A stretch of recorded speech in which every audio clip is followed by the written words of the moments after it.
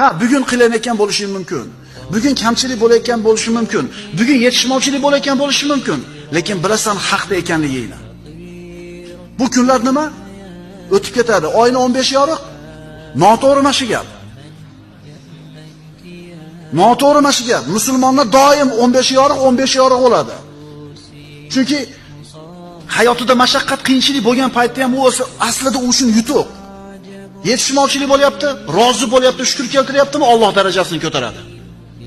Alloh taolo unga ne'matlarni ato qildi keyingi 15 kunda. Nima deydi? Alloh taologa hamd aytadi, yana yutuqda. Musulmonni 30 kuni yorug' bo'ladi, birodarlar. Mana shu ilm o'rgatadi bizga shu narsani. Ilm. Ilm aqllarning bog'i. Inson nima? Inson aql, nafs, jasad.